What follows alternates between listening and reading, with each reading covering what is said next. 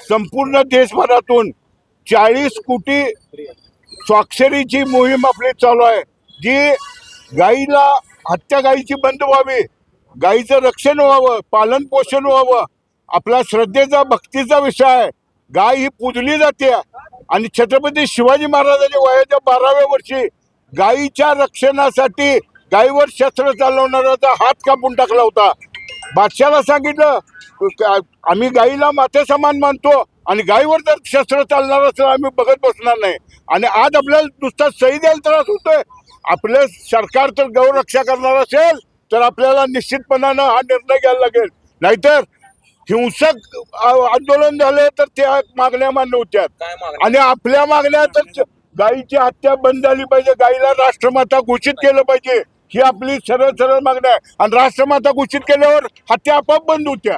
मला जास्त काय बोलायचं नाही, एवढा विषयाचा अर्थ सगळ्यांना समजतोय.